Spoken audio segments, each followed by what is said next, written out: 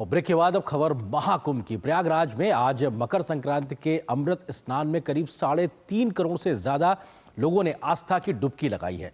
13 अखाड़ों के तयशुदा समय के अनुसार संगम तट पर स्नान किया, तो उसके बाद आम लोगों ने भी पवित्र स्नान किया है। देश विदेश से पहुंचे करोड़ों की संख्या में श्रद्धालुओं के लिए पुख्ता व्यवस्थाएं की गई हैं, तो सुरक्षा के भी पुख्ता बंदोबस्त किए गए हैं। दुनिया के सबसे बड़े समागम में पहुंच रहे लोगों को रहने ठहरने से लेकर उनके आने जाने तक की व्यवस्था को 24 घंटे मॉनिटर किया जा रहा है, ताकि किसी भी प्रकार की किसी को अव्यवस्था न होने पाए।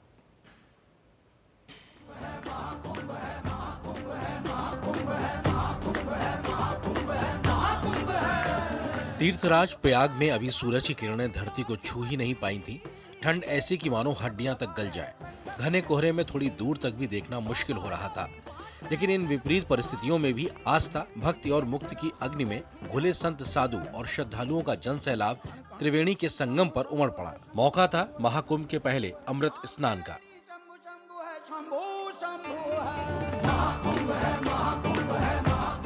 यूं तो महाकुंभ की हर बात अनोखी और निराली है, लेकिन इसकी सनातनी परंपरा का एक मुख्य आकर्षण है अमृत स्नान। जब अमृत स्नान के दौरान अखाड़ों के प्रमुख महामंडलेश्वर और नागा साधु सोने चांदी की पालकियों, हाथी घोड़े पर बैठकर स्नान के लिए आते हैं, तो वह दृश्य अद्भुत होता है। आम बोलचाल में इसे राजयोग स्नान भी कहते हैं। इससे प्रथम स्नान अधिकार भी कहा जाता है। अमृत स्नान के बाद ही श्रद्धालु स्नान करते हैं।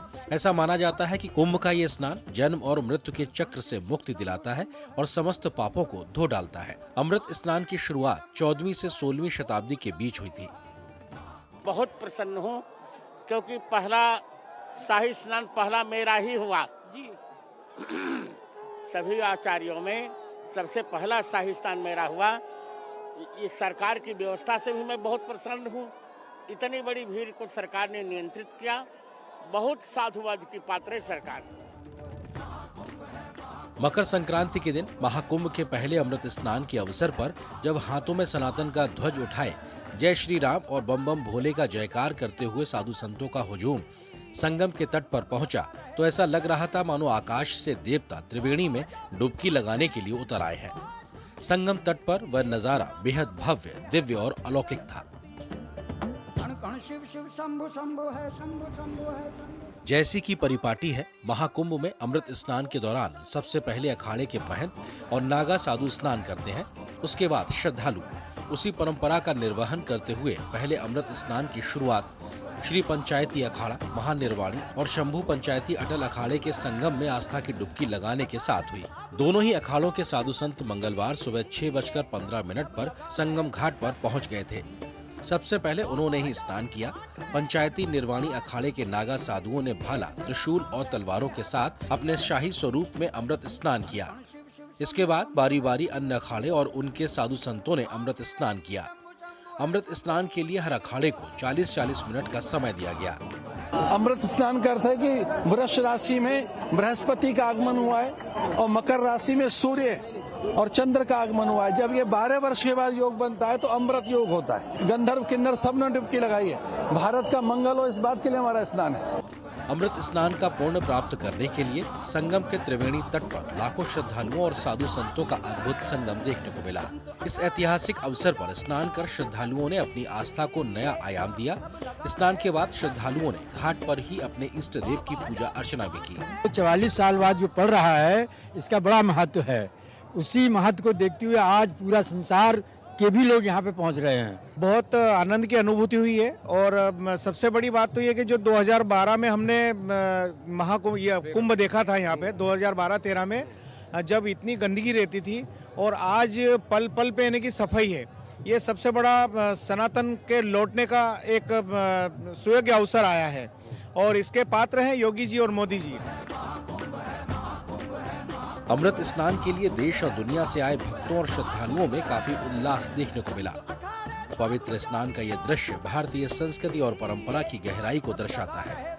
पहले अमृत स्नान पर तीर्थराज प्रयाग में एकता का महाकुंभ नजर आया। आस्था का ऐसा संगम उमड़ा कि रेत तक नजर नहीं आई। Bureau report, DD news. तो महाकुंभ की महाकवरेज के लिए प्रसार भारती, दूरदर्शन और डीडी न्यूज़ ने लगातार अपनी व्यवस्थाएं की हैं और इस वक्त भी हमारे तमाम सहयोगी संवाददाता प्रयागराज में ही इस महाकुंभ की कवरेज के लिए मौजूद है। हमारे साथ इस वक्त मौजूद है रामेंद्र सिंह, जो कि प्रयागराज में मौजूद हैं। इसके अलावा अजय मिश्र भी मौजूद हैं, साथ ही साथ विकास सिंह भी। आप तीनों का स्वागत है। रामेंद्र, शुरुआत आपसे ही। 3.5 करोड़ का आज का श्रद्धालुओं का आंकड़ा आया था, क्या इसमें अभी कुछ इजाफे की जानकारी है? और दूसरा महत्वपूर्ण कौतूहल वाला सवाल, इतनी बड़ी संख्या में जब लोग आते हैं, उनकी व्यवस्थाएं और उनको गिनने का क्या एक प्रक्रिया है? रामेंद्र।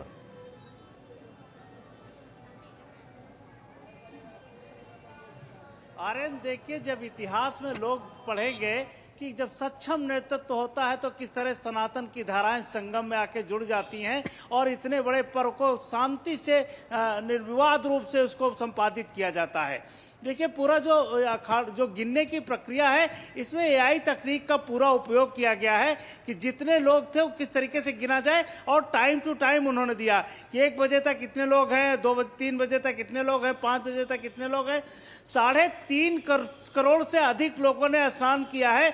जो 6 बजे तक का था वो 3.5 करोड़ का था, उसके बाद भी लोग स्नान करते हैं। तो ये संख्या बढ़ सकती है, ये उपलब्धि भी है प्रदेश सरकार की और केंद्र सरकार की, और सनातन की धाराएं जिस तरह आकर मिली। आर्यन, अगर आप यहाँ होते, आपने अयोध्या कवर किया था, यहाँ होते तो देखते कि किस तरीके का साधु संतों का जो अखाड़े निकल रहे थे, देखने वाला था, अद्भुत नजारा था। और दुनिया इसको एकटक देख रही है कि इतने बड़े कार्यक्रम को कैसे भारत देश में संपादित किया जा रहा है। पूरी दुनिया के लोगों के रिसर्च का विषय है। कई लोगों से हमारी मुलाकात हुई जो रिसर्च कर रहे हैं कि इतने बड़े पर्व का आयोजन कैसे किया गया। रामेंद्र, आप सही कह रहे हैं कि दुनिया की बहुत बड़ी यूनिवर्सिटीज इस पर रिसर्च कर रही है, भारत के भी बड़े संस्थान कर रहे हैं। अजय, समझना चाहेंगे 144 वर्षों के बाद ऐसा संयोग और आज का अमृत स्नान और अखाड़ों की महत्वता, इसको लेकर आज दिन भर किस प्रकार की तस्वीरें जो हम अभी नहीं दिखा पाए, आपके माध्यम से समझना चाहेंगे। धन्यवाद आनंद जी इस प्रोग्राम में हमें शामिल करने के लिए। इससे पहले कि मैं कुछ बोलूं, लेकिन मुझे ईर्ष्या हो रही है रामेंद्र जी से और विकास जी से, क्योंकि वो उन पलों के साक्षी रहे और मुझे थोड़ी सी इको भी आ रही है मुझे, इसलिए मुझे थोड़ा सा समय दीजिए। तो मैं ये कह रहा था कि विकास और रामेंद्र उन पलों के साक्षी रहे जब उन्होंने संतों के दर्शन किए, और ये कहा जाता है कि ये आज महाराजाओं के स्नान का दिन था, इसलिए क्योंकि ये संत परंपरा है और संत अपना संपूर्ण जीवन परमार्थ के लिए, जगत के कल्याण के लिए लगाते हैं। वो जब वो प्रार्थना करते हैं भगवान से तो यही कहते हैं कि वसुधैव कुटुंबकम है, और धर्म की जय हो, अधर्म का नाश हो, प्राणियों में सद्भावना हो, विश्व का कल्याण हो। तो ये जो भारत की सांस्कृतिक अवधारणा है, उसको जीवित रखने का प्रकल्प जिनके मजबूत हाथों में है, वो यही संत महात्मा है, जिनके चरणों के रज जब माँ गंगा में जाती है तो वो और भी पवित्र हो जाती है।